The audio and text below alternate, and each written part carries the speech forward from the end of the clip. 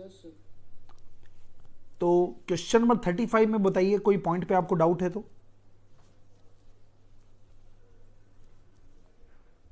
Sir adjustment का fourth वाला। Adjustment का फोर्थ वाला स्टार मार्क कीजिए सर, बढ़िया पॉइंट है। सर ऑन एक्सपायर अमाउंट क्या होता है? हाँ, एक ये वर्ड इसमें दिया है क्या, unexpired amount? No sir, 3 number C में, सी में। सी में, हाँ परफेक्ट, ये डाउट सही है। और इसके अलावा कोई डाउट?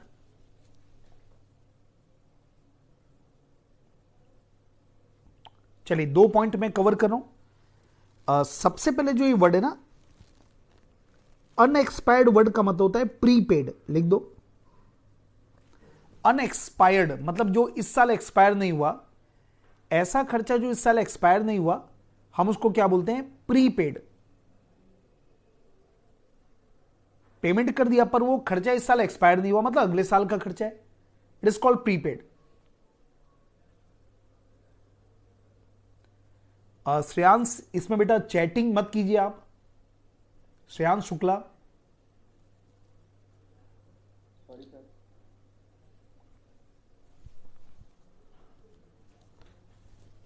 अनएक्सपायर्ड अमाउंट का मतलब क्या हुआ?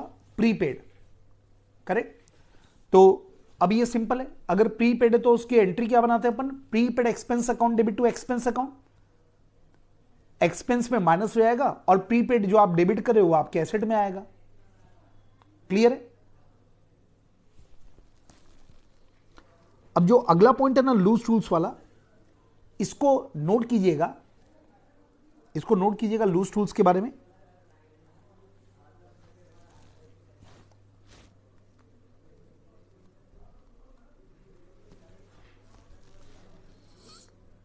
लिखिए लूज टूल्स, ब्रैकेट में लिखना एसेट्स। लूज टूल्स ब्रैकेट में लिखिएगा एसेट।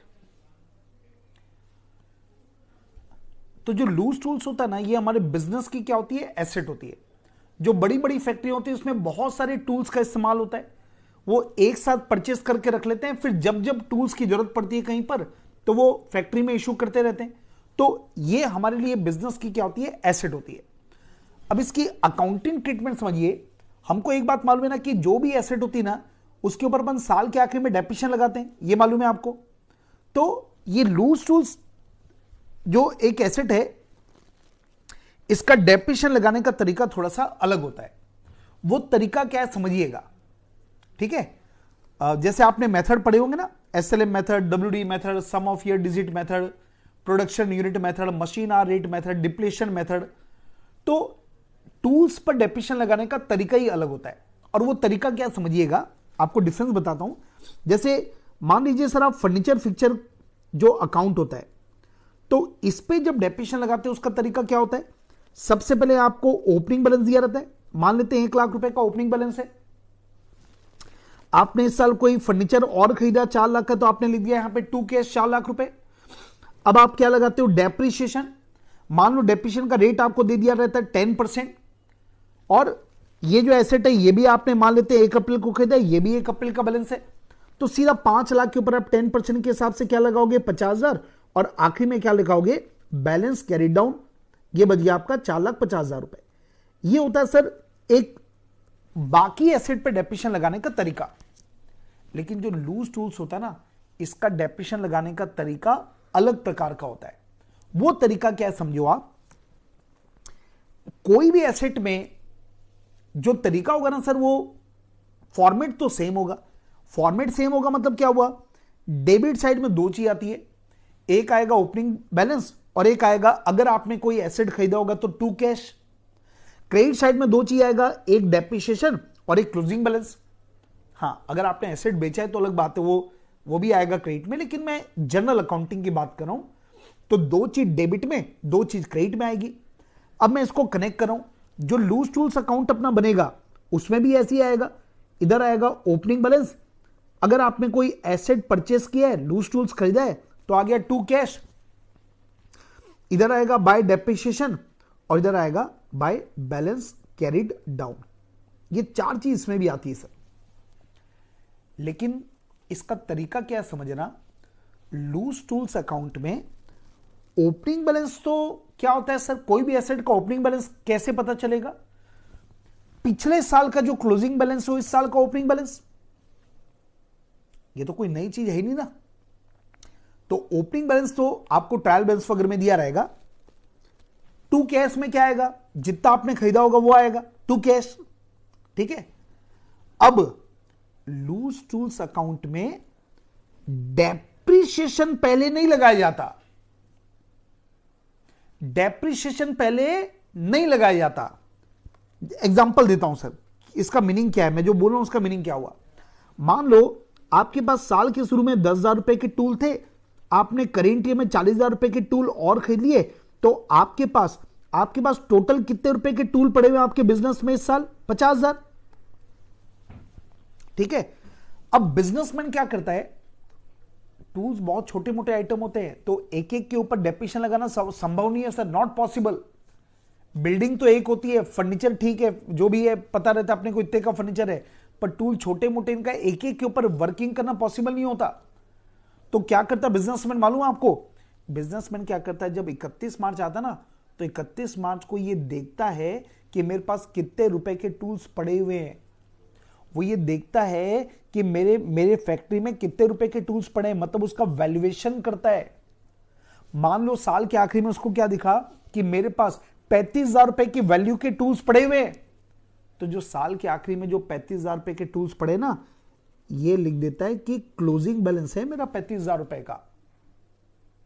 अब आप समझ चुके होंगे, 50,000 रुपए के टूल्स थे उसके पास, लेकिन साल के आखिरी में कितना बचा?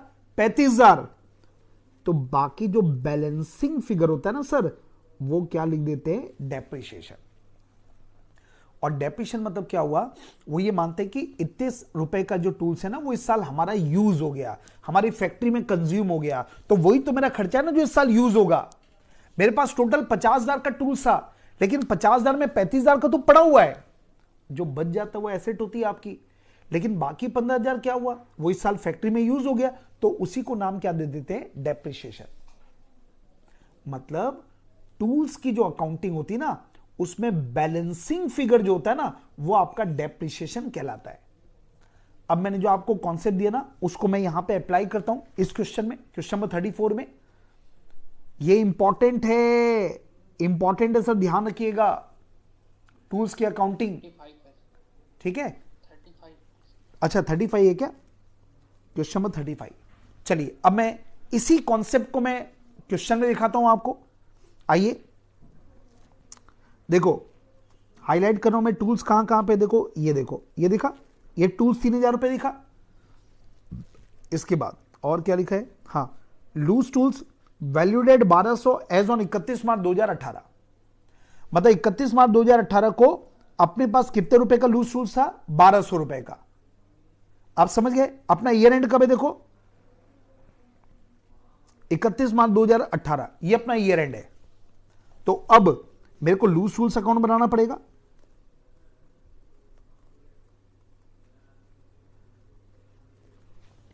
ट्रायल बैलेंस में लूज टूल्स कितने का दिख रहा है? 3,000 रुपए। तो उसको मैं क्या मानूंगा बताऊं? ओपनिंग बैलेंस, क्योंकि इसके ऊपर अभी डेप्रिसिएशन नहीं लगा है। तो मेरे पास 3,000 रुपए का टूल्स था। अच्छा, ओपनिंग बैलेंस में क्यों सोच पा रहा हूं? क्योंकि यहां पे दिया ना सर कि 31 मार्च को, यहां पे दिया 31 मार्च को टूल्स कितने का है? 31 मार्च को टूल्स है मेरा 1200 का। इसका मतलब ऊपर में जो 3,000 रुपए का टूल्स है ना, वो ओपनिंग बैलेंस होगा ना सर, साल के शुरू में। नीचे क्लोजिंग बैलेंस तो नीचे दिया हुआ है। तो अब मैं यहां पे क्या लिखूंगा? By balance carry down. कितना दिया है? 1200। ये आपको क्वेश्चन में दिया हुआ है, ब्रैकेट में लिख देता हूं, ये तो मेरे को क्वेश्चन में दिया हुआ है, ये मेरे को ट्रायल बैलेंस में दिया हुआ है। अब यहां तो वैसे तो टू कैश आता है, लेकिन क्वेश्चन में दिया है क्या कि कोई अपने परचेस किया? नहीं दिया, तो इसको भूल जाओ, है ही नहीं मान लो आप, करेक्ट। अब जो बच गया ना, वो क्या कहलाएगा? डेप्रिसिएशन। कितना बच गया बोलो? 1,800। ये डेप्रिसिएशन आएगा। इसका मतलब क्या होगा? जब आप पीएल बनाओगे ना, तो पीएल में डेप्रिसिएशन कितना दिखेगा? 1,800 रुपए टूल्स के ऊपर। और जब आप बैलेंस शीट बनाओगे, तो बैलेंस शीट के एसेट साइड में टूल्स दिखेगा कितने रुपए का, 1,1200 का, क्योंकि बैलेंस शीट में क्या आता है, क्लोजिंग बैलेंस, तो टूल्स का क्लोजिंग बैलेंस कितना है, 1200। तो ये दो इफेक्ट आ गया, एक पीएल में आएगा डेप्रिसिएशन के रूप में और दूसरा बैलेंस शीट के एसेट में आएगा। क्लियर है? ये एक अच्छा पॉइंट था सर, आपने बिल्कुल सही पूछा। चलो आगे बढ़ रहा हूं। 5 में rate and taxes, rate and taxes तो कुछ नहीं, खर्चा है बेटा, आपका एक्सपेंस है। तो उसको ड्राइंग्स में लिखेंगे टैक्स को सर? नहीं नहीं नहीं, देखो जब आपको इनकम टैक्स वर्ड आता है ना तो वो ड्राइंग होता है, लेकिन जब आप बिजनेस करते हैं ना तो आपको प्रॉपर्टी टैक्स आपको चुकाना है, वो बिजनेस का खर्चा है। म्युनिसिपल टैक्स, प्रॉपर्टी टैक्स, नगर निगम के जो टैक्सेस होते हैं वो बिजनेस का खर्चा है, वो पर्सनल टैक्स नहीं है। केवल इनकम टैक्स जो एक होता है ना वो ड्राइंग में आता है, बाकी जो टैक्सेस है वो बिजनेस के खर्चे माने जाते हैं। सर लोन टू राज में सर फ्यूल एंड वाटर। हाँ एक मिनट में बता रहा हूं, रुक जाओ। लोन टू राज 10% का मतलब क्या हुआ, ये जो वर्ड है ना लोन टू राज 10%, इसका मतलब क्या हुआ, हमने राज को लोन दिया है, लोन टू राज है, तो हमने अगर राज को लोन दिया मतलब ये अपनी एसेट हो गई। और ये जो परसेंट दिया रहता है ना 10%, इसका मतलब क्या हुआ, हमको उससे 10% का ब्याज मिलेगा। तो यहां पर इंटरेस्ट अपनी इनकम है, तो 10,000 के ऊपर 10% कितना हो गया, 1,000। तो इसका मतलब क्या हुआ, अपनी साल भर की इंटरेस्ट की इनकम कितनी होनी चाहिए, 1,000। अब इस क्वेश्चन में देख लो कि इंटरेस्ट ट्रायल बैलेंस में कितना रुपए लिखा हुआ है, कुछ है कि नहीं बताओ। 500 कहां दिया है भाई, अच्छा अच्छा ये कितना दिया है, 500।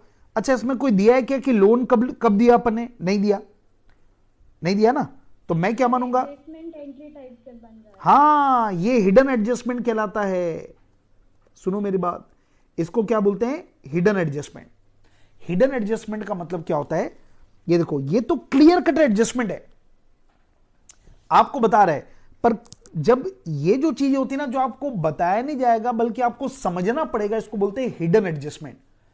और हिडन एडजस्टमेंट कैसे हुआ, जैसे आपको क्या बोला कि हमने राज को लोन दिया है 10,000 रुपए 10% के रेट से, तो इसका मतलब क्या हुआ, एक साल का अपने को इनकम कितनी मिलनी चाहिए, 1,000 रुपए।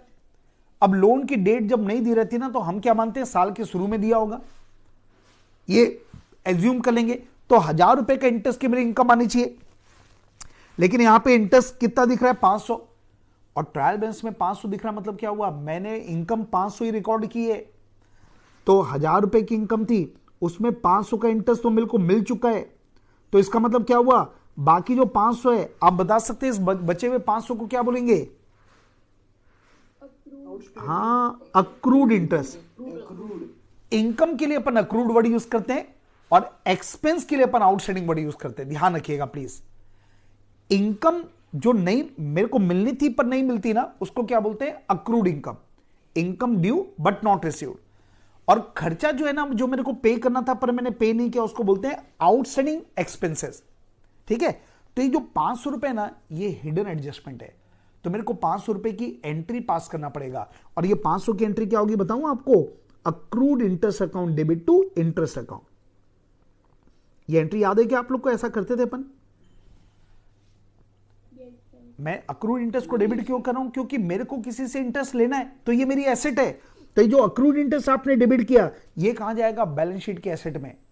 और तुमने जो इंटरेस्ट को क्रेडिट किया ना, तो तुम्हारा जो 500 का इंटरेस्ट दिख रहा है ना यहां पे, इसमें प्लस हो जाएगा, ये 500 का जो इंटरेस्ट है ना इसमें और 500 जुड़ जाएगा, तो अपने आप आपकी इनकम कितनी दिख जाएगी, 1,000 रुपए।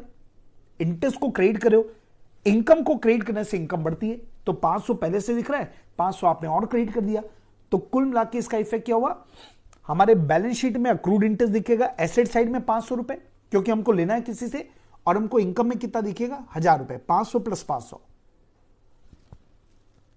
अच्छा एक आपका डाउट आया था फ्यूल एंड वाटर, ये वाले पे डाउट आया था, हाँ इनको मैं कवर कर रहा हूं एक साथ, सुनिएगा।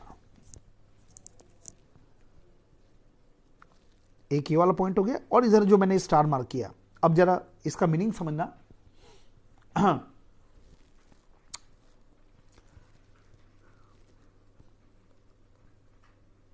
कई बार क्या होता है, हम हैं ट्रेडर, ट्रेडर है मतलब क्या हुआ कि मैं गुड्स को खरीदता हूं और उसको वैसा का वैसा बेच देता हूं, लेकिन कभी कभी ऐसा कोई प्रोडक्ट हो सकता है जिसमें थोड़ा बहुत आपको प्रोसेसिंग करने की भी जरूरत पड़ती है।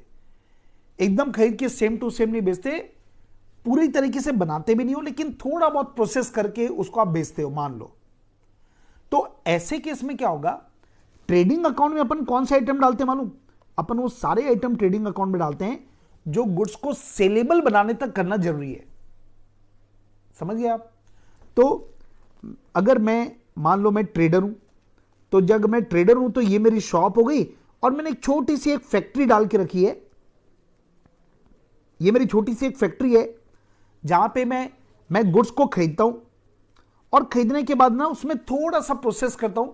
मतलब मैं एग्जैक्ट मैन्युफैक्चरिंग एक्टिविटी नहीं कर रहा हूं, पर थोड़ा बहुत प्रोसेसिंग का काम कर रहा हूं, ताकि वो जो प्रोडक्ट मेरे पास आ रहा है ना वो और थोड़ा फाइन हो जाए, फिर मैं उसको बेच देता हूं शॉप में लाके। तो अब ध्यान देने की बात क्या है, यहां पर इस फैक्ट्री के अंदर जो खर्चा होगा ना उसको भी डायरेक्ट एक्सपेंसेस मानेंगे, क्योंकि यहां पे खर्चा करूंगा उसके बाद ही तो शॉप में लाकर उसको बेच पाऊंगा ना। तो यहां के जो खर्चे ना सर फैक्ट्री के अंदर के, उसको भी डायरेक्ट एक्सपेंस मानते हुए कहां पर दिखाऊंगा मैं? ट्रेडिंग अकाउंट में। तो आपको जब भी वर्ड देगा ना कि फैक्ट्री वर्ड आ गया, प्रोडक्शन वर्ड आ गया, इसका मतलब ही क्या हो गया कि वो आपका डायरेक्ट एक्सपेंस मानेंगे और उसको कहां पर दिखाएंगे? ट्रेडिंग अकाउंट में। अच्छा, इसके पहले आपने इसमें बोला था, देखो हाँ, एक ये जो वर्ड है ना फ्यूल एंड वाटर, ये फ्यूल एंड वाटर ये भी हमेशा मैन्युफैक्चरिंग करते समय लगता है, फ्यूल एंड वाटर, और इसलिए इसको भी क्या मानेंगे? Direct expense. और डायरेक्ट एक्सपेंस से तो ये भी कहां जाएगा? ट्रेडिंग अकाउंट में। ट्रेडिंग अकाउंट मतलब कुल मिला के ना फ्यूल वर्ड दिखे, वाटर वर्ड दिखे, लाइटिंग वर्ड दिखे, ठीक है, मैन्युफैक्चरिंग वेजेस वर्ड दिखे, मैन्युफैक्चरिंग के साथ कोई और वर्ड दिख जाए, वेजेस, एक्सपेंसेस, ये जो भी खर्चे होते हैं ना फैक्ट्री वाले, उन सबको डायरेक्ट एक्सपेंस मानते हुए ट्रेडिंग अकाउंट में दिखाया जाता है। ट्रेड एक्सपेंसेस को मिसलेनियस एक्सपेंसेस में काउंट करें? नहीं बेटा, ट्रेड एक्सपेंस होता है ना वो हमेशा एक इनडायरेक्ट एक्सपेंस होता है। ट्रेड का मतलब क्या हुआ? व्यापार के खर्चे। अभी व्यापार के देखो क्या होता है, ट्रेड एक्सपेंस को ना नाम से थोड़ा कंफ्यूजन होता है। कहां पे, कौन से नंबर पे, कौन से क्वेश्चन पे ट्रेड एक्सपेंस? 35 का है। अच्छा 35 के एडजस्टमेंट में, ओके। ये देखो ट्रेड एक्सपेंस ना, अब ये क्या होता है, अपने को देख के क्या लगता है ट्रेड मतलब ट्रेडिंग अकाउंट में आएगा, नहीं। ट्रेड एक्सपेंस का मतलब क्या होता है? बिजनेस का खर्चा। तो ये हमेशा एक इनडायरेक्ट एक्सपेंस माना जाता है, और जितने भी इनडायरेक्ट एक्सपेंस वो सब कहां पे आते हैं? पीएल अकाउंट में। लेकिन पीछे जो आंसर दिया है इसमें मिसलेनियस एक्सपेंसेस में उसको ऐड कर दिया है। नहीं, उसको आप अलग भी दिखा सकते हो, उसको अलग दिखा सकते हो आप, मतलब वो जरूरी नहीं है कि बिजनेस में जोड़ा जाएगा, आप उसको सेपरेटली दिखा सकते हो।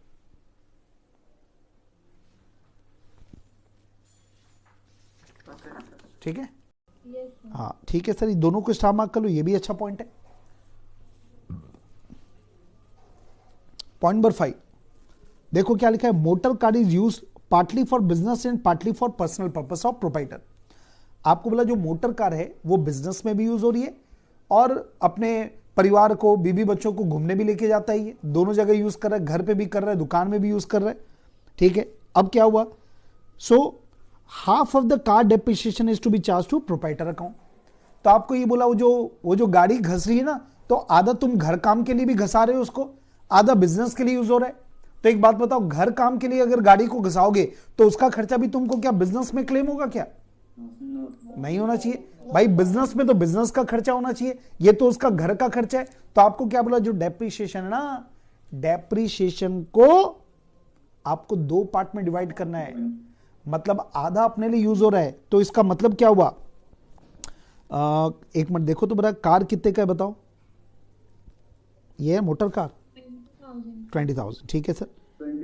20,000 के ऊपर डेप्रिसिएशन कितना है बताओ? 10%, ओके। इसका 10% मतलब 2,000 रुपए का क्या हो गया डेप्रिसिएशन, क्लियर।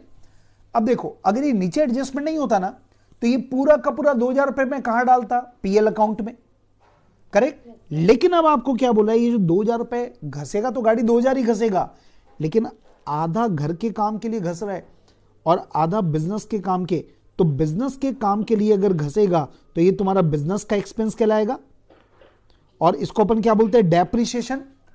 और जो घर में घर वालों को लेके घुमा रहे हो तो ये जो खर्चा ये कहां जाएगा? ड्राइंग। पर्सनल खर्चा है सर, तो कोई भी पर्सनल खर्चा कहां जाता है? ड्राइंग में।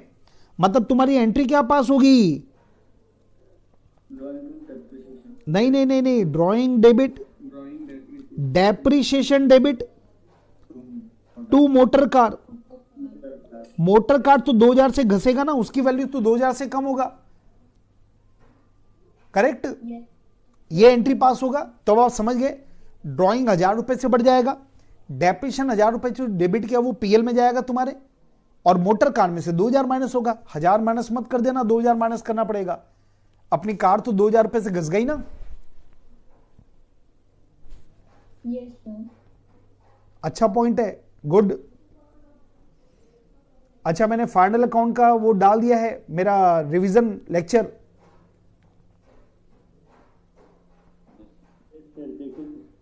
ऋषभ देख लिया आपने? पसंद नहीं आया क्या बेटा?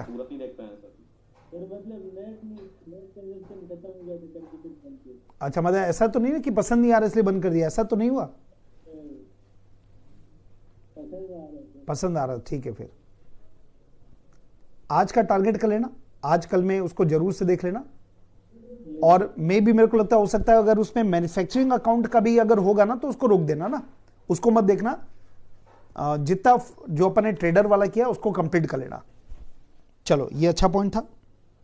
तो ये होमवर्क एंड 37 में 30, हाँ, very good very good very good. 37 में आपको पॉइंट आया चैरिटी फंड, बिल्कुल सहमत हूं मैं आपसे। और इसके अलावा कोई? चलो बात कर लेते हैं। आपको बोला charity fund be created by transferring to it 500 rupees. तो इसमें एक नोट कर लीजिएगा, ट्रांसफर टू चैरिटी फंड। एक कॉमन बात बता दूं आपको कि रिजर्व हो गया या प्रोविजन हो गया या फंड हो गया, all are created out of profits. ये तीनों में समानता क्या है? All are created out of profit. ये सारी चीजें प्रॉफिट से बनती है। अभी देखो, अगर ये बोलता ना कि हमने चैरिटी किया, तब तो आपका एक्सपेंस है, एंट्री बना लेते charity account debit to cash, या परचेज अगर गुड्स चैरिटी में देते आप। पर यहां पर क्या लिखा है? यहां पे बोला है आपको कि रिजर्व सॉरी चैरिटी फंड बनाया। चैरिटी फंड बनाना मतलब क्या हुआ? अभी चैरिटी किया नहीं है, अपने चैरिटी के लिए पैसों को अलग किया है। अपने क्या किया? चैरिटी के लिए पैसों को अलग किया है। तो चैरिटी के लिए जब पैसों को अलग करते हैं ना, तो आप एंट्री क्या बनाओगे? PL account debit to. जैसे प्रोविजन नहीं बनाते, तो प्रोविजन करते तो क्या करते हैं? अपन पैसा अलग कर देते हैं। वैसे ही सेम टू सेम एंट्री क्या बनेगा? PL account debit to charity fund. लिख लो सर, ये एंट्री बनेगा। अब ये एंट्री आप पास करोगे तो दो इफेक्ट आएगा। फाइनल अकाउंट मालूम है आपको, आप पीएल को डेबिट करोगे तो कहां जाएगा? वो पीएल के डेबिट साइड, क्योंकि प्रॉफिट से निकालो तो प्रॉफिट कम हो जाएगा। और ये जो चैरिटी फंड है, मतलब ये तो पीएल में चले गया ना सर, पीएल के डेबिट में चले गया। चैरिटी फंड कहां जाएगा? लायबिलिटी। क्योंकि आपने फंड बना दिया ना, तुम पैसों को खर्च भी तो करना है ना, चैरिटी करना भी तो है, तो वो एक फंड बन गया। मतलब आपके ऊपर लायबिलिटी का भैया खर्चा करना है पैसा, और जब खर्च हो जाएगा तो लायबिलिटी खत्म हो जाएगी। ये अकाउंटिंग होगी सर इसकी। Sir 5 number point. कौन सा? ये वाला 5 वाला। क्वेश्चन नंबर 38 में एक डाउट आ रहा था, डिपॉजिट फ्रॉम कस्टमर।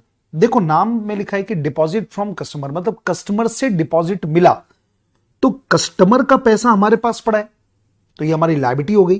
तो इसलिए इसको कहां दिखाएंगे? Liability side. मतलब दिमाग में ये रखिएगा, डिपॉजिट अगर हम किसी को देते हैं तो हमारी एसेट है, पर किसी और से हम डिपॉजिट लेते हैं, मतलब पैसा हमारे पास आ रहा है डिपॉजिट के रूप में, तो पैसा किसी और का ना, हमको पैसा उसको वापस करना पड़ेगा, तो इसलिए हमारी लायबिलिटी है, तो ये बैलेंस शीट की लायबिलिटी में आएगा। आगे बढ़ते हैं 39।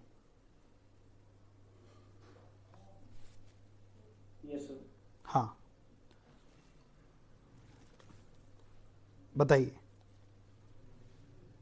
एडजस्टमेंट का फोर्थ वाला ठीक है, और कोई? सर सेवेंथ वाला ठीक है, बिल्कुल सही है, और चेक कर लो।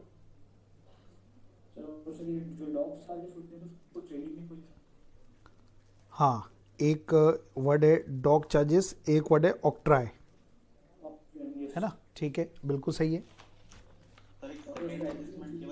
एक सेकंड नंबर वाला भी इंपॉर्टेंट है, एडजस्टमेंट, ये भी आपका डाउट बिल्कुल सही है।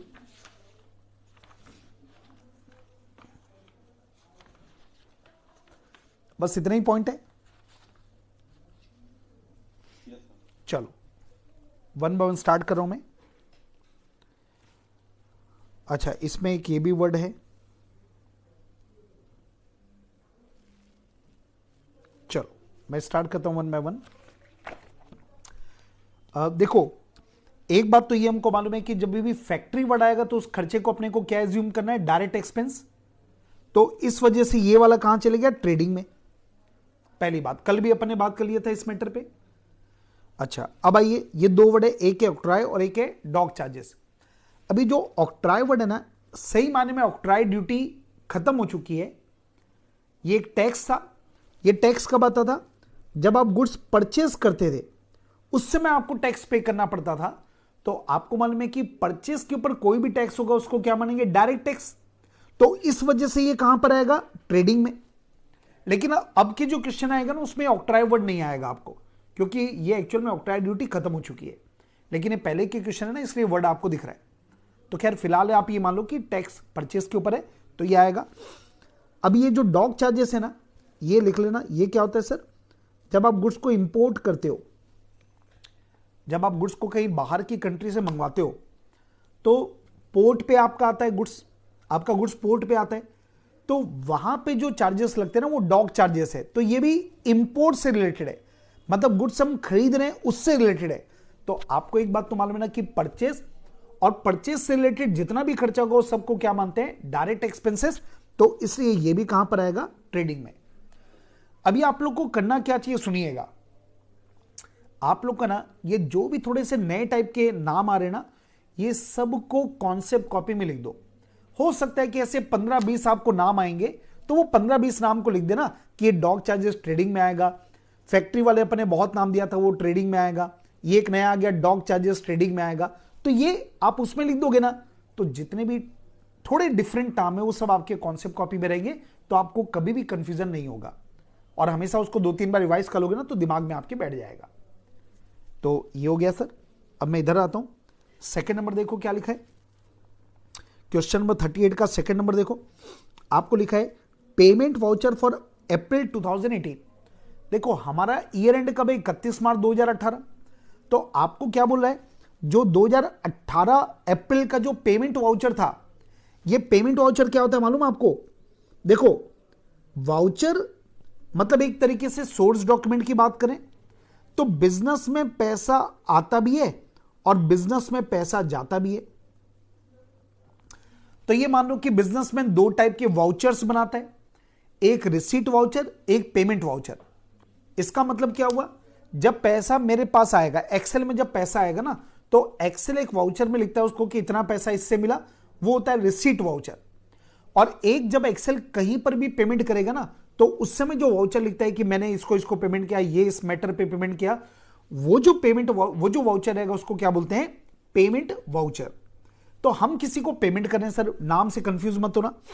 तो क्या बोला है, अप्रैल 2018 का जो पेमेंट वाउचर था, उसमें यह पता चला कि 1,600 रुपए का सैलरी का हमने पेमेंट किया था। कब पेमेंट किया था, अप्रैल में। लेकिन ये 31 मार्च से पहले के पीरियड का है। इसका मतलब समझे क्या हुआ, मार्च महीने का सैलरी था, इसका पेमेंट हमने कब किया, अप्रैल में किया। इसका पेमेंट हमने कब किया? अप्रैल 18 में किया। तो ये इनडायरेक्टली क्या बोलना चाह रहा है मालूम? आपको इनडायरेक्टली ये बोल रहा है हाँ कि ये पिछले बार जाके आप उसकी आउटस्टैंडिंग की एंट्री करो, मतलब वो पेमेंट नहीं हुआ था सैलरी का, वो आपने इस साल पेमेंट किया है। ये इनडायरेक्ट बोलने का तरीका है कि आउटस्टैंडिंग की एंट्री करो पिछले साल के फाइनल अकाउंट में जाकर। तो मेरे को क्या करना पड़ेगा? एक एंट्री पास करना पड़ेगा, salary account debit to outstanding salary, कितना? 1,600 रुपए। क्लियर पॉइंट ये वाला? चलो अब आगे बढ़ते हैं सर। पेटेंट के बारे में बात कर रहे हैं, तो पहले तो एक बात बता दूं, पेटेंट एक्चुअल में क्या होता है सर? पेटेंट एक अधिकार है, एक एसेट का नाम है। जैसे मान लो कोविशील्ड आपने नाम सुन के रखा है, वैक्सीन है ना, तो कोविशील्ड जिसने बनाया, जिस कंपनी ने कोविशील्ड बनाया, तो उसने क्या किया? उसने उसका जो भी फॉर्मूला था उसको पेटेंट करा लिया। पेटेंट करा लिया मतलब क्या हुआ? वो जो उसने जो भी इन्वेंशन के आविष्कार किया उसको अपने नाम से पेटेंट करा लिया। और पेटेंट करा लिया इसका मतलब ये होता है कि अब इस एसेट पर केवल उसका अधिकार है। कोविशील्ड इंडिया में, देश दुनिया में कोई भी बनाएगा तो केवल वही बनाएगा। तो ये होता है पेटेंट। अब क्या होता है सर? मान लो मेरे को कोविशील्ड बनाने की इच्छा हो रही है, तो मैं ऐसे नहीं बना सकता, मेरे को उस कंपनी के पास जाना पड़ेगा और मैं उनसे पेटेंट खरीदता हूं। मतलब मैं जो कोविशील्ड वाली जो कंपनी ना जिसने रिसर्च किया, मैं उनके पास जाके बोलता हूं कि भाई मैं भी आपके समान कोविशील्ड बना के मार्केट में बेचना चाहता हूं। ठीक है, अच्छा आप इंडिया में बेच रहे हो ना, मैं बाहर बेचना चाहता हूं, मेरे को अपने अधिकार दे दो। करेक्ट? तो उस केस में वो अपने अधिकार मेरे को बेच भी सकते हैं। तो मान लो मैंने उनसे अब अधिकार 5 साल के लिए खरीद लिए। आप सुनते होंगे बेटा, जो पिक्चर वगैरह जो बनते हैं उसमें अधिकार बेचे जाते हैं, है ना।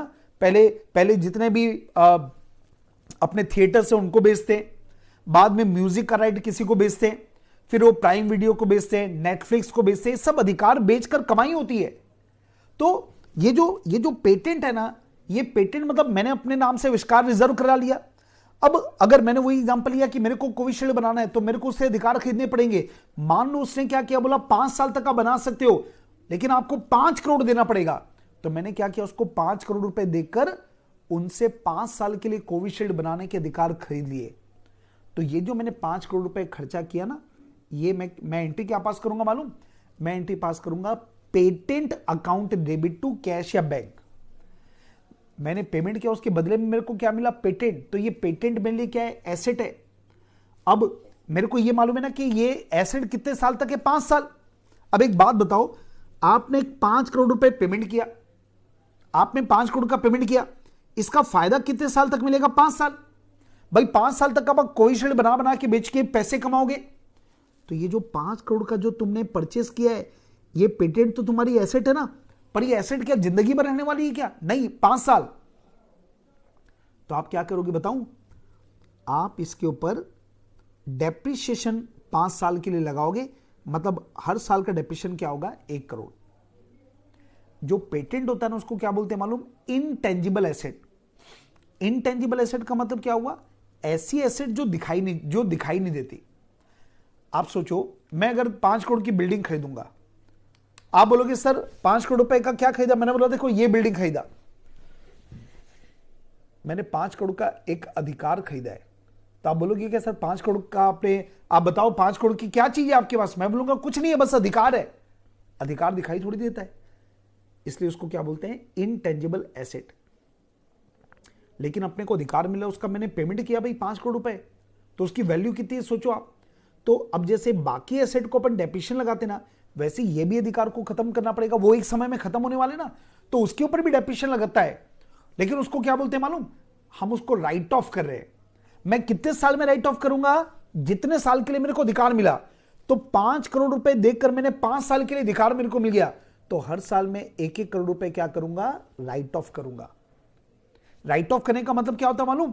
पीएल अकाउंट में दिखाना। क्या होता है? पीएल अकाउंट में दिखाना।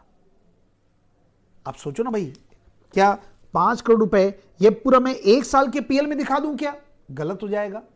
क्यों गलत होगा? अरे इसकी कमाई मैं 5 साल करने वाला हूं, मैं 5 साल तक वैक्सीन बना के बेचूंगा, तो मैचिंग कॉन्सेप्ट क्या बोलता है? वो बोलता है कि अगर तुम ये जो 5 करोड़ रुपए है ना, इससे कमाने 5 साल वाले हो ना, तो खर्चे को भी 5 साल में डिवाइड करो, तब तो ये मैच करेगा आपस में। ये होता है सर कॉन्सेप्ट। तो अब मैं देख लूं क्या लिखा है यहां पे, पेटेंट राइट। ये कहीं पेटेंट होगा, देखो ये दिख रहा है पेटेंट कितने का था बेटा, 2000 रुपए का। 2000 रुपए का पेटेंट का अधिकार है, मतलब ये एसेट है। पहले तो ये क्लियर कर लो, पेटेंट हमारे लिए क्या होती है? एसेट होती है। तो ये 2000 रुपए की एसेट दिख रही है for a period of 5 year. ये हमने 2000 रुपए का जो पेटेंट अपने कितने साल के लिए खरीदा? 5 साल। ये स्टार्ट कब से हो रहा है? 1 अक्टूबर 2017। समझ रहे हैं क्या सर? देखो समझना, 2000 रुपए 5 साल के लिए अपने खर्चा किया, मतलब 1 साल के लिए कितना हो गया? 400। लेकिन आपने खरीदा कब है? 1 अक्टूबर 17। और अपना ईयर एंड कब हो रहा है इस साल? 31 मार्च 18। मतलब इस साल तो 6 महीने अपने पेटेंट को यूज किया ना। अरे जब आप एसेट पे डेप्रिसिएशन लगाते हो, 6 महीने यूज किया तो 6 महीने लगाओगे ना, वैसे ये भी तो सेम है।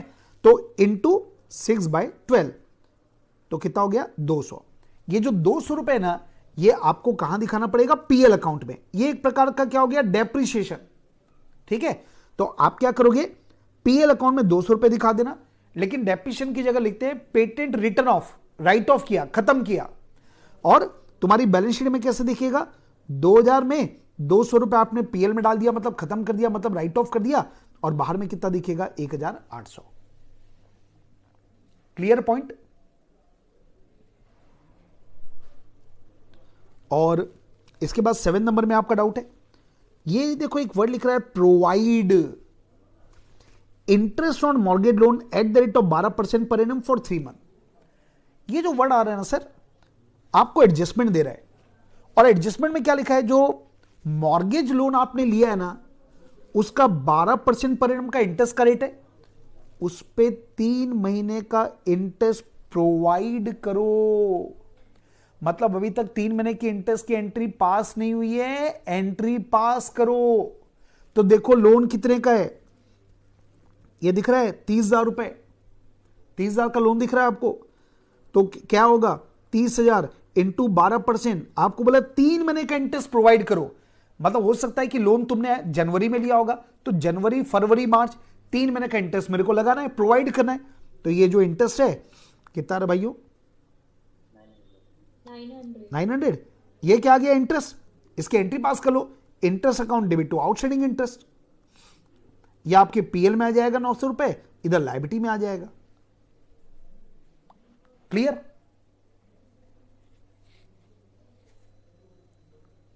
समझा क्या? बोलो। हाँ, 40 में एक डाउट आ रहा था। 40 में लिखा है reserve for bad debt is to be kept at 1000।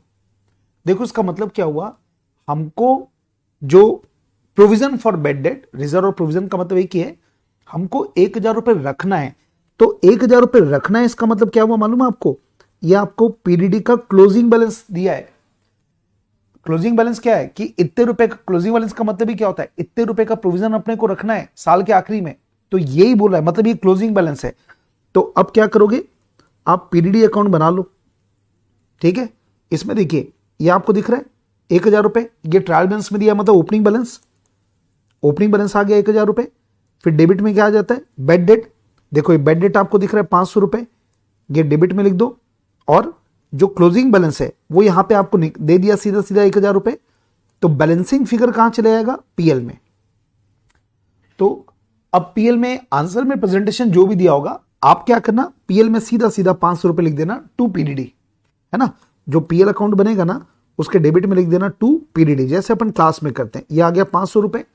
और ये जो पीडीडी का क्लोजिंग बैलेंस है, वो बैलेंस शीट में जब आप डेटर बनाओगे तो डेटर में से पीडीडी का बैलेंस माइनस कर देना 1000 रुपए। ये 2 इफेक्ट आ जाएगा। चलो 41 में एक डाउट है, एक वर्ड आ गया पैकेजिंग एंड डिस्ट्रीब्यूशन। अब यहां पे एक डाउट ये आता है कि पैकिंग जो होता है वो तो गुड्स को सेलेबल करने के लिए भी हो सकता है, और गुड्स को सेलेबल करने के लिए जो खर्चा होता है वो तो ट्रेडिंग में आना चाहिए। तो ये कहां आएगा? पर आप लैंग्वेज देखो, पैकिंग एंड डिस्ट्रीब्यूशन ये एक साथ दिया है। मतलब आप डिस्ट्रीब्यूट कब करते हो? जब गुड्स आप बेचते हो। तो यहां पर आपको ये मानना पड़ेगा कि ये जो पैकिंग एंड डिस्ट्रीब्यूशन है ना, ये सेलिंग से रिलेटेड खर्चा है, सेलिंग से रिलेटेड, तो इसलिए कहां पर आएगा, पीएल अकाउंट में। ठीक है।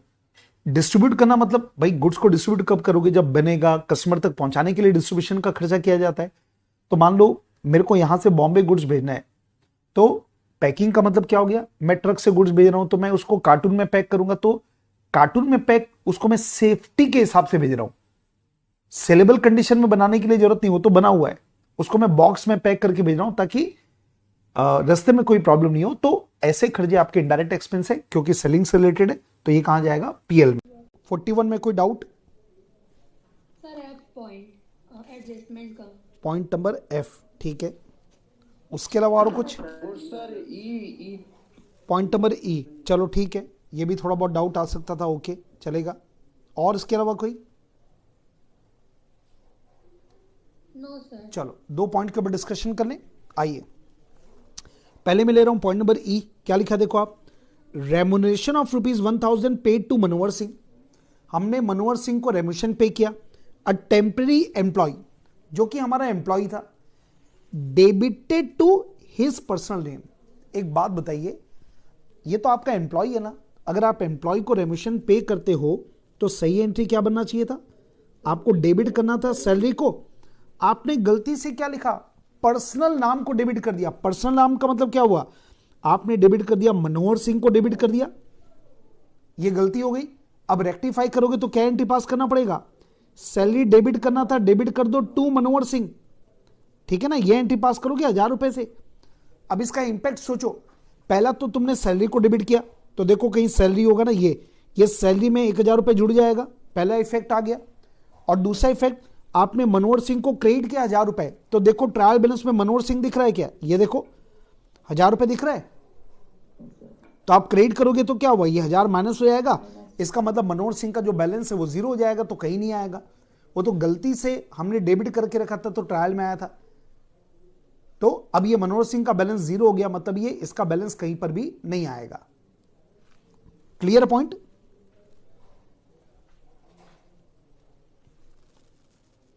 चलो पॉइंट नंबर एफ, क्या लिखा है, goods of 2000 received on 29 March but purchase invoice was omitted to be recorded in purchase book.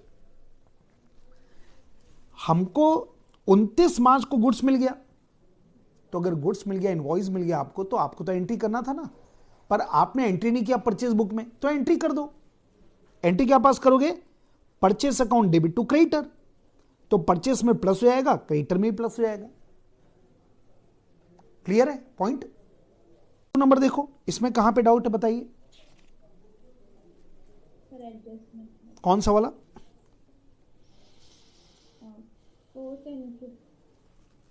एक 4th और दूसरा 5th। ये तो 4th वाला तो वही है ना, सेल ऑन अप्रूवल वाला। हमने 500 का गुड्स सेल और रिटर्न पे भेजा था, और उसको 600 में हमने भेजा था, और उसको एक्चुअल सेल मान लिया। तो 2 काम करते हैं, पहला सेल को रिवर्स की एंट्री होगी 600 से, sale account debit to debtor, और दूसरा होगा closing stock account debit to trading account. वो 2 इफेक्ट ये हो चुका है अपना, ये अप्रूवल वाला सेम कॉन्सेप्ट है, ठीक है। दो इफेक्ट आएगा ना बेटा, देखो ये कोई नया कुछ भी काम नहीं है, अपन 2 एंट्री क्या पास करेंगे, पहला सेल टू कस्टमर, तो सेल में से माइनस, कस्टमर से माइनस 600 रुपए से, और दूसरी एंट्री क्या बनाओगे, closing stock account debit to trading account, तो ट्रेडिंग के क्रेडिट में आ जाएगा, क्लोजिंग स्टॉक कहां आएगा, बैलेंस शीट के एसेट में आएगा, 500 रुपए से ये एंट्री। ये हो चुका है बेटा, सेम का सेम कॉन्सेप्ट। अब आपको डाउट है ना, तो आप कॉन्सेप्ट कॉपी में डाल देना, ये लेकिन नया कोई कॉन्सेप्ट नहीं है, ये हो चुका है अपना क्लास में। चलिए अब क्या है अगला पॉइंट देखो, 5 number, goods costing 1000 were taken by proprietor for private use had been treated as credit sale. भाई प्रोप्राइटर जो है ना, उसने गुड्स लिया, तो हमने इसको क्या ट्रीट कर दिया, हमने इसको क्रेडिट सेल ट्रीट कर दिया, ठीक है। जबकि मतलब आपको इसको इन्होंने ट्रीट कर दिया क्रेडिट सेल, मतलब हमने एंट्री क्या बनानी चाहिए थी और क्या बना दी, इसके बारे में विचार करो। ये जो पॉइंट है ना, हाँ इसको स्टार मार्क जरूर कर दो। 5 नंबर अच्छा लगा मेरे को पॉइंट। एक मिनट, इसके पहले वाला क्या था? हाँ, इसके पहले जो आपने पूछा था ना, ये दोनों को स्टार मार्क कर सकते हो सर, ठीक ठाक पॉइंट थे ई और एफ, और उसके पहले तो खैर डाउट भी नहीं है। तो ई और एफ ये वाला अच्छा है, और इसमें ये पॉइंट ठीक है। 4 नंबर में ठीक क्यों नहीं बोल रहा हूं? क्योंकि अपन कर चुके हैं ऑलरेडी, अपन उसमें मार्क कर चुके होंगे, इसलिए मैं उसको वापस से रिपीट नहीं कर रहा हूं। हाँ, अब क्या हुआ देखो, अगर 1000 रुपए का गुड्स प्रोप्राइटर ने प्राइवेट यूज के लिए निकाला, तो हमारी एंट्री क्या बननी चाहिए पहले बताइए? ड्रॉइंग डेबिट टू परचेस, ये एंट्री बनना चाहिए। जबकि हमने इसको क्रेडिट सेल मान लिया, तो हमने एंट्री क्या बना दी होगी? Customer debit to sale. तो अब आप सोचो क्या करना पड़ेगा? इस एंट्री को रिवर्स करना पड़ेगा, इस एंट्री को रिवर्स करना पड़ेगा। तो रिवर्सल एंट्री क्या बनेगी? Sale account debit to customer. समझ गया इफेक्ट क्या क्या होगा? अब आपको 2 एंट्री करना पड़ेगा, एक ये वाली और एक ये वाली, ठीक है। तो ड्राइंग को डेबिट करोगे तो ड्राइंग बढ़ेगा, परचेस को क्रेडिट करोगे तो परचेस कम होगा, ठीक है। रेक्टिफिकेशन में सेल को आपने डेबिट किया तो सेल कम होगा, कस्टमर को क्रेडिट करोगे तो कस्टमर भी कम होगा, माइनस होगा। कस्टमर को क्रेडिट करें ना अपन, डेटर है, एसेट है आपका। तो ये पॉइंट जो है ना, ये अच्छा पॉइंट है, समझ गए? एंट्री बना था ड्राइंग टू परचेस। क्या बोल रहे हो? एक मिनट, ये वाला क्लियर हुआ क्या? ये वाला क्लियर हो गया पॉइंट? Yes sir. चलो आगे बढ़ता हूं। कौन सा नंबर बोल रहे हो? 8 नंबर।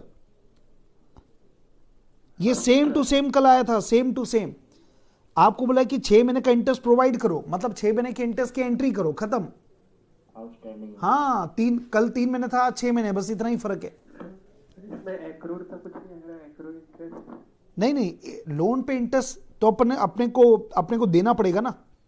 तो interest account debit to outstanding interest. पीछे सॉल्यूशन में एक्रूड इंटरेस्ट करके ऐड किया है। क्या किया है? एक मिनट, लोन, एक मिनट चेक करो। रुको एक मिनट, कुछ वो गड़बड़ तो नहीं है? लोन और मॉर्गेज किधर है? नहीं, ये तो इधर ही है, 9,500 का। मतलब अपन ने लोन लिया तो इंटरेस्ट, अक्रूड इंटरेस्ट क्या कर दिया भाई? अक्रूड इंटरेस्ट कहां दिख रहा है बेटा आपको?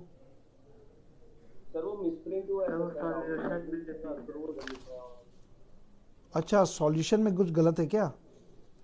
हाँ, वो अक्रूड की जगह आउटस्टैंडिंग कर दो, कुछ नहीं है। अक्रूड की जगह ना आउटस्टैंडिंग वर्ड यूज कर लो, उसको करेक्शन कर लेना, ठीक है? आउटस्टैंडिंग कर देना।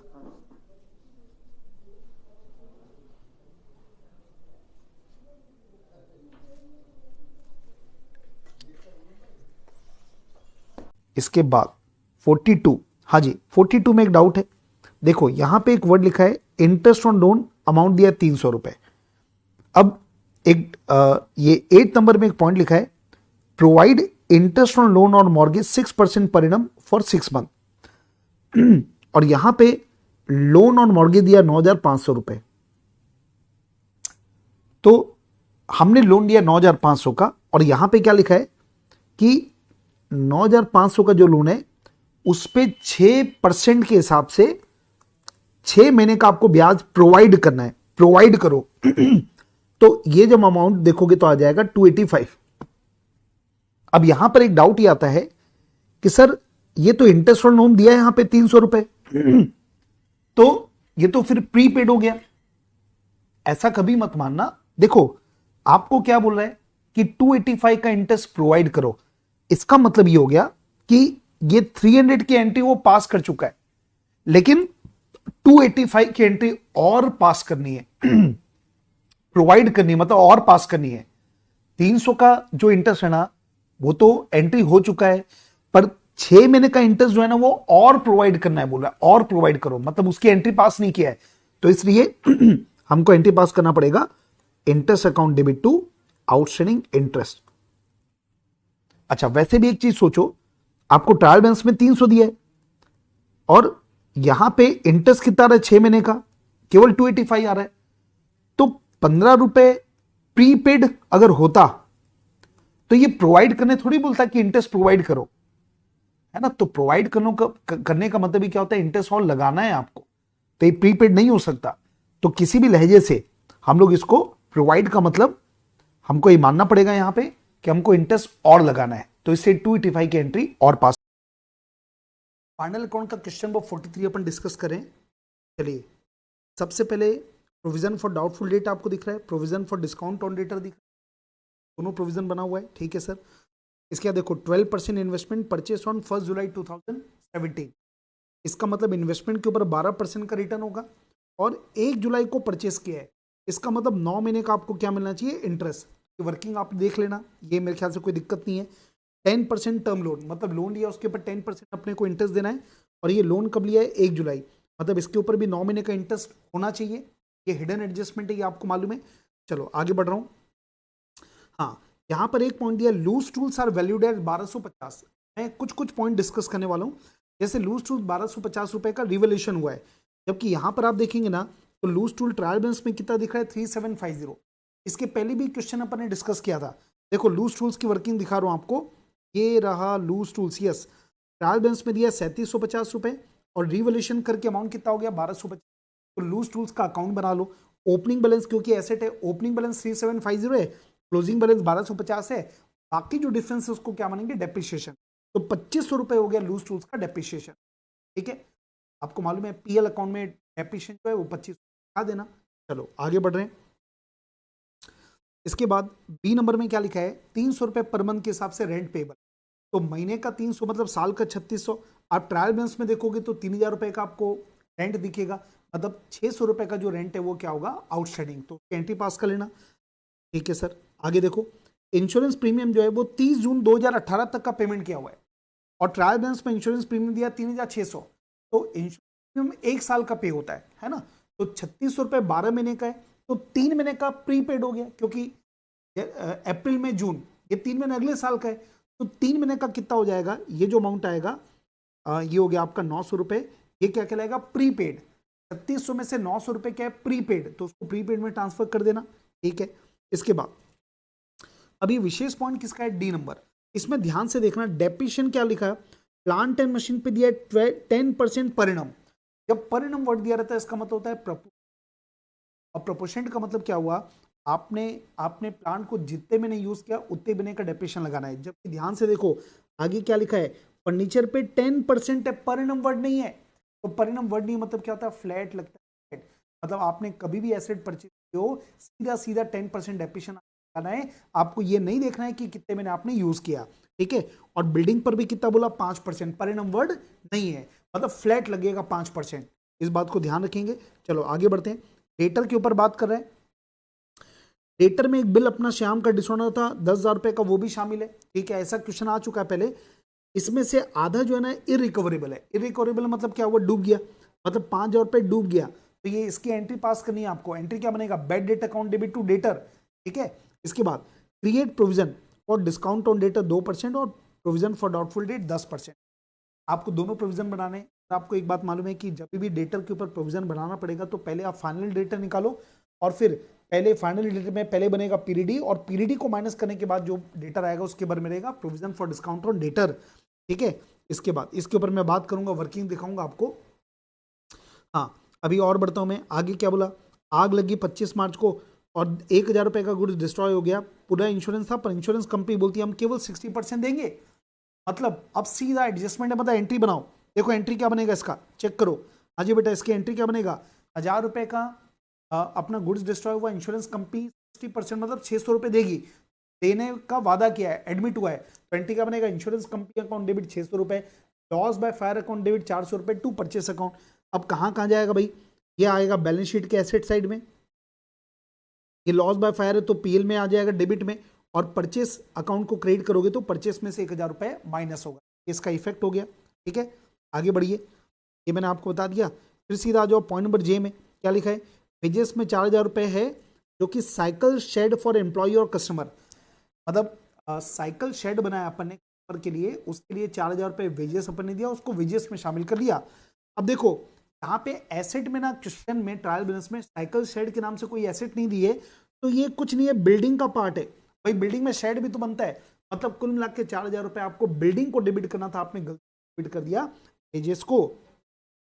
तो देखिए एंट्री क्या बन गई, building account debit to wages. तो आपका बिल्डिंग 4,000 से बढ़ जाएगा और वेजेस 4,000 रुपए से कम हो जाएगा, ठीक है। आगे बढ़ते हैं।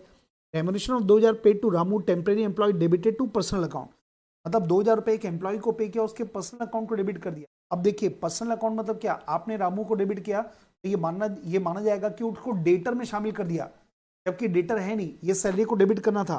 तो एंट्री क्या बन गई, देखिए salary account debit to debtor, क्या इफेक्ट होगा, सैलरी में प्लस होगा, डेटर में से माइनस होगा। ये देखो मैं बता भी देता हूं, ये डेटर में से मैंने 2,000 रुपए यहाँ पे कर दिया माइनस, डेटर आपको ट्रायल बैलेंस में दिया था 2,12,000 रुपए, मैंने 2,000 रुपए कर दिया माइनस।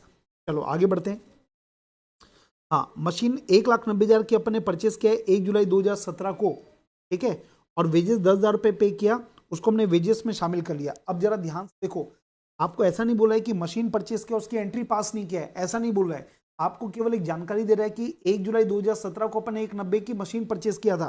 तो आप जब ट्रायल बैलेंस देखोगे ना, तो आपको यहाँ पे मशीन दिख रहा है 2,10,000। अब इसका इंपैक्ट समझना क्या है, ये मशीन है आपका, हाँ ये 2,10,000 का मशीन है, उसमें से 1 जुलाई को अपन ने 1,90,000 का परचेस किया था, मतलब बाकी मशीन पहले की थी, तो ओपनिंग बैलेंस रहा होगा बेटा 20,000, तो 20,000 प्लस 1,90,000 2,10,000 का हिसाब हो गया।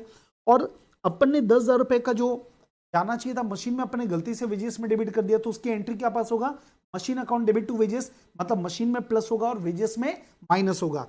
तो कुल मिलाकर अगर आप देखोगे ना, तो 2 लाख रुपए की जो मशीन है वो 1 जुलाई 2017 की डेट की एडिशन हुई है, 20,000 रुपए ओपनिंग बैलेंस है। अब मशीन पे डेप्रिसिएशन जो है ना वो पर एनम वर्ड लिखा है 10% पर एनम, तो इसका मतलब क्या हुआ, ये जो 1 जुलाई 2017 को जो 2 लाख रुपए की मशीन है, इसके ऊपर अपने को 9 महीने का डेप्रिसिएशन लगाना पड़ेगा, और ये जो ओपनिंग बैलेंस है इसके ऊपर पूरा 10% का लगेगा साल भर का, तो कुल मिला के मशीन पे डेप्रिसिएशन कितना हो गया, 17,000 रुपए। ठीक है, आगे बढ़ो। इसके बाद हाँ ये दिया है, देखो फर्नीचर अपन ने 45,000 रुपए का परचेस किया था 1 जुलाई को, but not recorded in the books as no payment was made for it. क्या बोला, ये बेटा 45,000 रुपए का अपन ने फर्नीचर परचेस किया पर उसको रिकॉर्ड नहीं किया, तो आपको रिकॉर्ड करना पड़ेगा। तो रिकॉर्ड करने के लिए एंट्री क्या पास करोगे, आप एंट्री पास करोगे furniture account debit to creditor, उधारी में खरीदा है 45,000 रुपए, तो फर्नीचर में ये ट्रायल बैलेंस में फर्नीचर 30,000 रुपए दिया है, मतलब वो तो एंट्री बन चुकी है। 45,000 रुपए का अपन ने फर्नीचर परचेस किया था 1 जुलाई को, उसको रिकॉर्ड नहीं किया, तो रिकॉर्ड करेंगे तो फर्नीचर 45,000 से बढ़ेगा। और क्या बोला, हाँ इसमें एक बात और रहा कि वेजेस 5,000 रुपए है, उसको भी अपन ने वेजेस में डाल दिया, जबकि वो फर्नीचर में जाना चाहिए था, तो ये जो 5,000 रुपए और प्लस कर दो। लेकिन एक सबसे खास बात क्या है, इसका जो डेप्रिसिएशन का रेट दिया वो 10% दिया, फ्लैट, पर एनम वर्ड नहीं है। मतलब क्या हुआ, आप पूरे पे मतलब क्या हुआ, 30,000 रुपए ओपनिंग है प्लस 45,000, भले आपने 1 जुलाई को परचेस किया, 5,000 रुपए का खर्चा भले 1 जुलाई को किया, लेकिन पूरे के ऊपर साल भर का डेप्रिसिएशन पर एनम वर्ड नहीं दिया। तो इस तरीके से फर्नीचर पे डेप्रिसिएशन कितना गया, 8,000 रुपए। ठीक है, ये मैंने बता दिया। हाँ अब ये डेटर को एक बार मैं फटाफट क्लियर कर देता हूँ। देखो बेटा 2,12,000 का डेटर ट्रायल बैलेंस में दिया हुआ है, ठीक है, 5,000 रुपए वो एम्प्लॉय वाला गलत है, जो सैलरी में डाल दिया था मैंने पहले ही बता दिया। और आपको एक बोला था ना कि जो BR डिसऑनर हुआ 10,000 का, उसमें 50% इरिकवरेबल है, मतलब 5,000 रुपए बेड डेट है, उसको भी माइनस कर दो, तो टोटल 2,05,000 रुपए का डेटर का बैलेंस है। अब इस पे 2 प्रोविजन करना है, एक पीडीडी का और दूसरा डिस्काउंट। अच्छा ये देख लो एक बार, PDD opening balance trial balance में दिया 10,000 रुपए, बेड डेट ट्रायल बैलेंस में दिया है वो लिख दो, और अभी जो एडजस्टमेंट में अपन ने 5,000 रुपए किया वो कर दो। ठीक है, अच्छा इधर प्रोविजन फॉर डिस्काउंट देखो, ट्रायल बैलेंस में जो दिया रहता है ओपनिंग बैलेंस है 1,800 रुपए, और ट्रायल बैलेंस में 2,000 रुपए का डिस्काउंट अलग से दिया, तो उसको यहां ट्रांसफर कर दो। हाँ अब जरा ध्यान से, पीडीडी 10% बनाना है, लेकिन आपको मालूम है पीडीडी कैसे बनेगा, 2,05,000 रुपए माइनस 5,000, ये 5,000 कौन सा, ये गुड डेट है। गुड डेट कौन सा वाला, वो जो श्याम था ना, श्याम से 10,000 रुपए लेना था, 10,000 में से 5,000 रुपए तो डूब ही गया, ये बेड डेट हो चुका है, तो बाकी 5,000 जो है ना, इसका मतलब क्या हुआ, ये गुड डेट है, तो इससे पैसा मिलना तय है, तो इसके ऊपर प्रोविजन आपको नहीं करना है। तो इसलिए अपन ने 2,05,000 में से 5,000 माइनस कर दिया, इसके ऊपर डेट प्रोविजन बनाने की आवश्यकता नहीं है। बाकी जो 2 लाख बचा उसके ऊपर 10% प्रोविजन बना दिया, तो ये आ गया 1,85,000। 2,05,000 में से 20,000 रुपए माइनस कर दो तो 1,85,000 है। अब अपने को डिस्काउंट भी तो देना पड़ेगा। अब डिस्काउंट देखो 1,25,000 का डेटर है, पर उसमें से वो जो श्याम भी तो शामिल है इसमें 5,000, को डेटर इसको डिस्काउंट देने की आवश्यकता नहीं है यार भाई, ये तो पैसा डुबा के बैठा है। तो टोटल 1,85,000 का डेटर का बैलेंस दिख रहा है, लेकिन उसमें से 5,000 वाले को डिस्काउंट नहीं देंगे अपने को, तो 1,80,000 जो बचा ना ऊपर 2% देंगे तो कितना आ जाएगा 3600। तो टोटल डेटर का जो बैलेंस बाहर में आएगा वो आएगा 181,400। मतलब कुल मिला के आपको ध्यान क्या रखना है, वो जो श्याम वाला जो 5000 जो गुड डेट है ना, उसको दोनों से माइनस कर दो।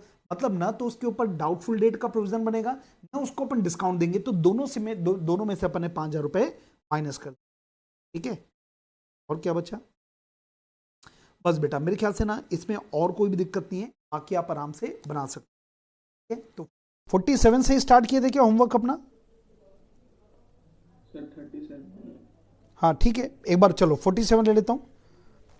47 में एक डाउट हुआ होगा, ये वर्ड में डाउट हुआ क्या, coal consume? Sir motor lorry. Motor lorry, ठीक है, कहां गया, ओके। और कोई डाउट इसमें? सर थर्ड पॉइंट बिल्कुल ठीक है, ठीक है। और कुछ? ये वाला, चलो ठीक है, ये भी ले लेता हूं, है ना। चलो समझो, देखो मोटर लॉरी जो है ना, ये व्हीकल है, कुछ नहीं है, व्हीकल गाड़ी जो सामान को लाने ले जाने के लिए काम आती है, तो ये एसेट है आपकी मोटर लॉरी। पहला पॉइंट क्लियर है, ये आपके लिए क्या हो गया, एसेट। अब एक काम करना है आपको, ये जो नया वर्ड मिला आपको थोड़ा अजीब सा लगा, उसको आप अपने कॉन्सेप्ट कॉपी में डाल देना, बात खत्म, ठीक है। आगे बढ़िए, अगला वर्ड है कोल कंज्यूम। जो कोयला होता है ना बेटा, वो फैक्ट्री में यूज होता है, तो जो कोल कंज्यूम्ड है इसको डायरेक्ट एक्सपेंस मानना है, और डायरेक्ट एक्सपेंस मानोगे तो कहां लेकर जाओगे, ट्रेडिंग अकाउंट में, ये नोट कर लो।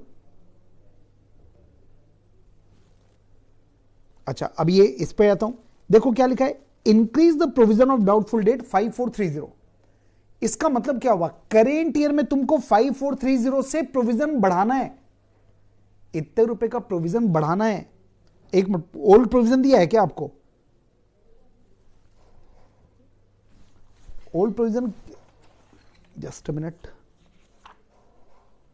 हाँ सर दिया है कुछ।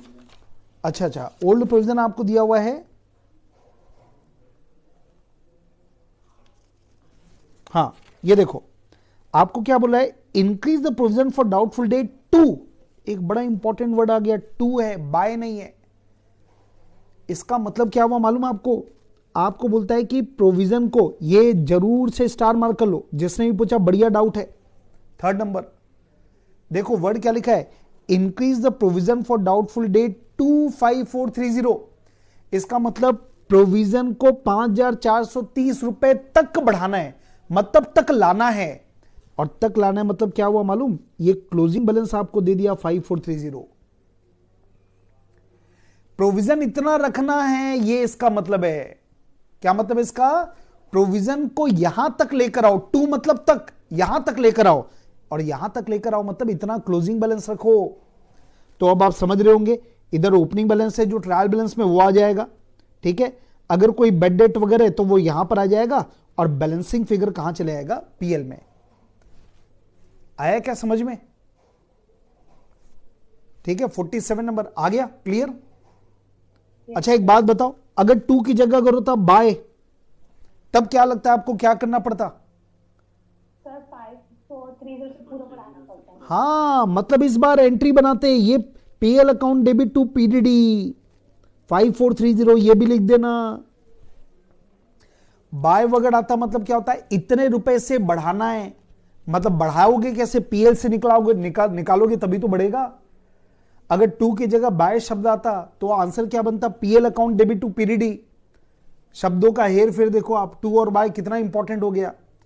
2 वर्ड आ गया मतलब यहां तक लाना है, मतलब ये क्लोजिंग बैलेंस है, और बाय मतलब क्या, इतने रुपए से बढ़ाना है, तो प्रोविजन बढ़ाना है मतलब प्रोविजन बनाना है, बढ़ाना है मतलब बनाना है, तो कहां से बनाओगे, पीएल से।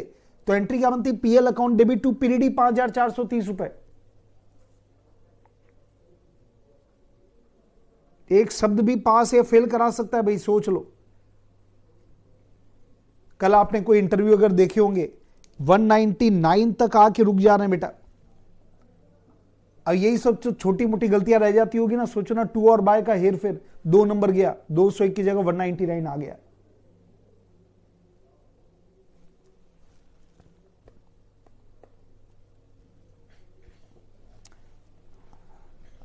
अकाउंट्स का एक इंटरव्यू मैंने अपलोड किया है यूट्यूब में, कल मैंने इंटरेक्ट किया था उससे, स्टूडेंट्स से, तो देखा आप लोगों ने? कितने लोगों ने देखा भाई? हैंड रेज करो, देखें जरा कितने लोगों ने देख लिया उसको।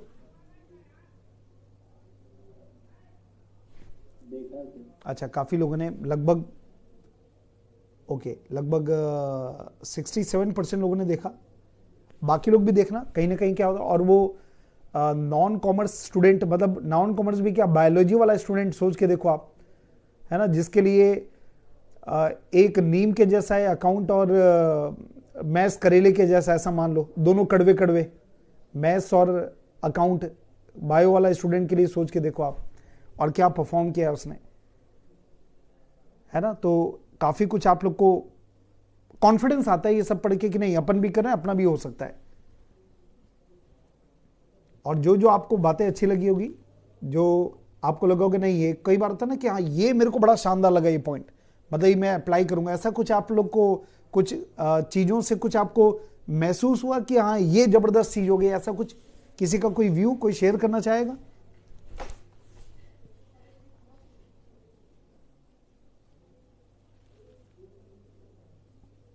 अच्छा, मेरे सामने सब ज्ञानीज बैठे हैं, उनको तो सब ऑलरेडी पता है।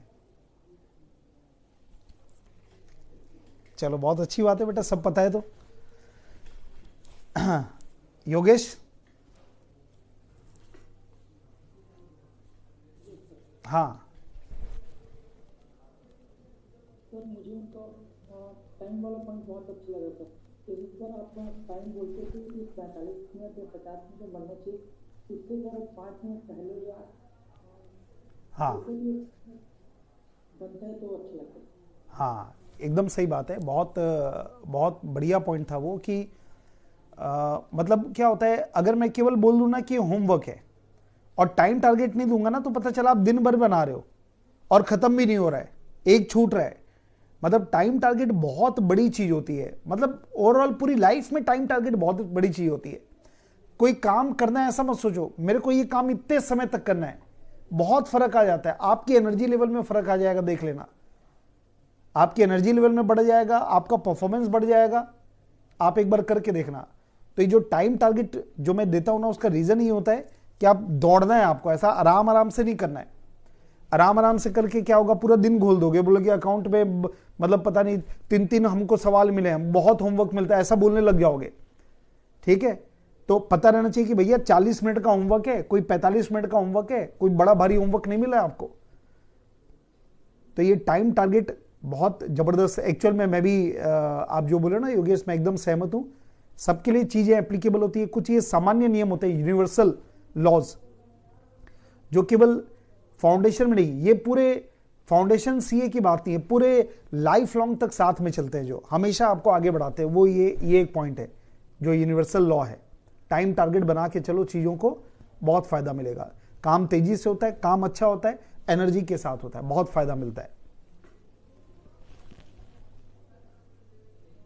चलो ठीक है भाई, एक चीज तो निकल के आई कम से कम 22 मिनट के इंटरव्यू में। आइए आगे बढ़ते हैं सर, अगली बार आप लोग का इंटरव्यू लेंगे।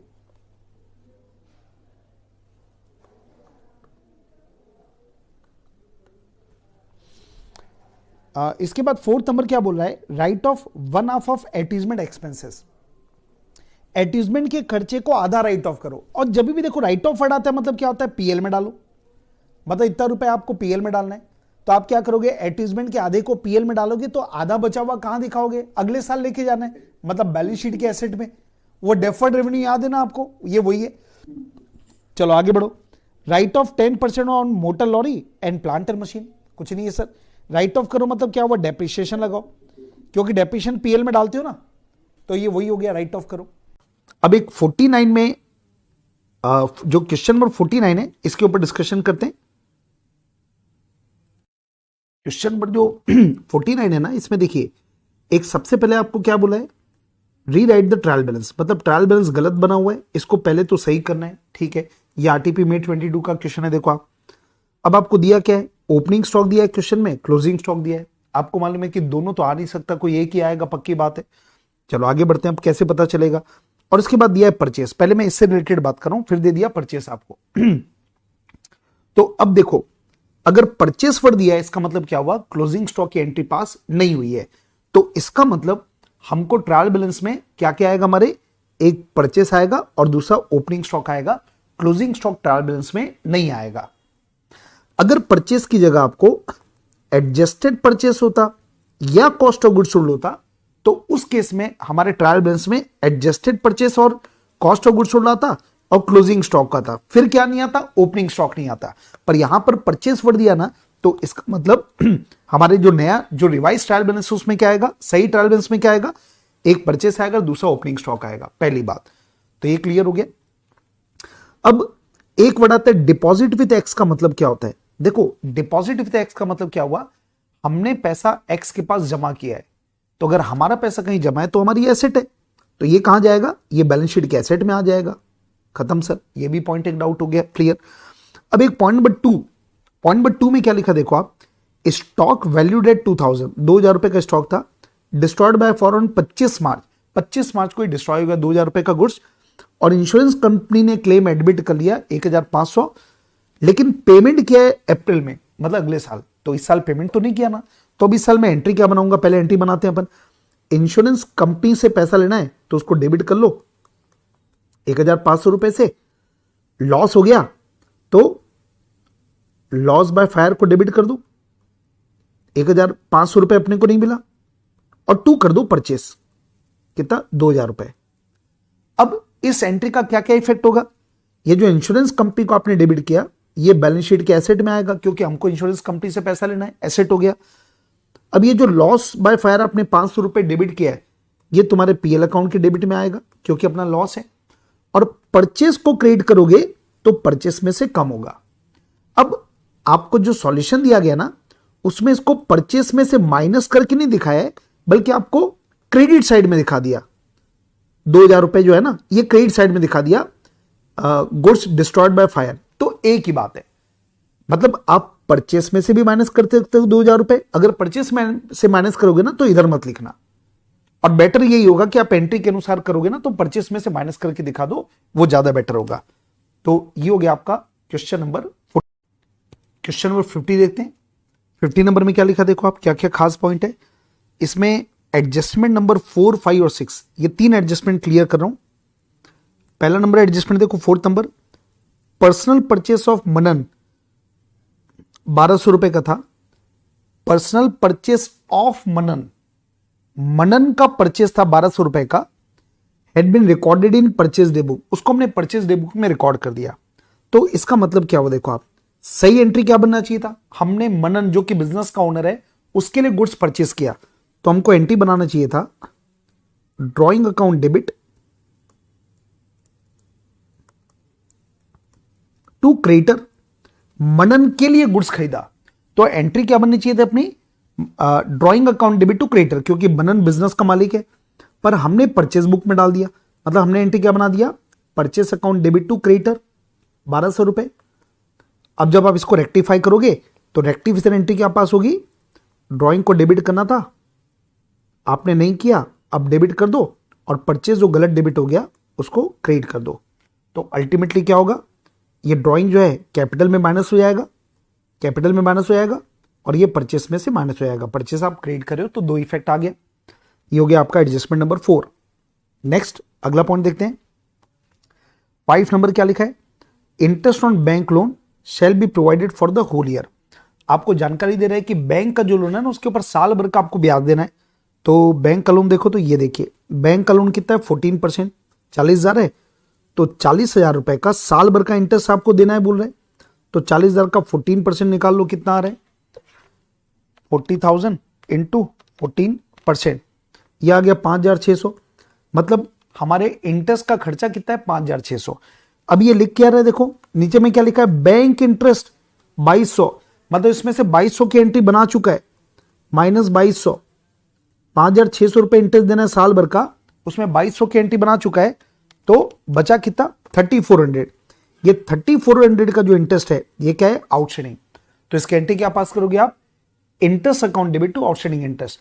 मतलब ये 2200 में 3400 रुपए जुड़ जाएगा तो पीएल अकाउंट में 5600 आ जाएगा, और आउटस्टैंडिंग जो है ये कहां जाएगा, बैलेंस शीट की लायबिलिटी में। ये हो गया दूसरा एडजस्टमेंट, ये खत्म। और 6 नंबर क्या बोला, a quarter of the amount of printing stationery expense to be carry for to next year.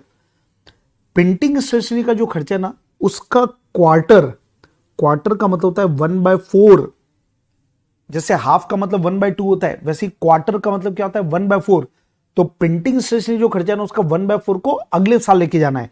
देखो भाई, प्रिंटिंग स्टेशनरी का खर्चा कितना दिया है, प्रिंटिंग एंड स्टेशनरी कहां गया भाई, ये प्रिंटिंग स्टेशनरी में खर्चा कितना दिया है, 28,800। तो इसका 1/4 निकाल लो, 28,800 डिवाइड बाय 4, यह आ गया 7,200। तो अब इसका मतलब क्या हुआ कि हमारा जो 28,800 का जो प्रिंटिंग स्टेशनरी का दिया हुआ है ना, उसमें से 7,200 रुपए अगले साल लेके जाना है। तो इसको कहां दिखाएंगे, बैलेंस शीट के एसेट में। इसको हम लोग बोल सकते हैं डेफर कर रहे हैं। तो ये बैलेंस शीट के एसेट में क्यों दिखाना पड़ेगा, क्योंकि प्रिंटिंग स्टेशनरी का डेबिट बैलेंस है, और डेबिट बैलेंस को कहां दिखाते हैं, बैलेंस शीट के एसेट साइड में। और बाकी जो बच जाएगा ना, ये कहां चले जाएगा, पीएल में। तो 28,800 के 2 टुकड़े हो जाएंगे, एक हिस्सा बैलेंस शीट में एसेट में जाएगा और दूसरा हिस्सा पीएल में आएगा। तो 50 नंबर में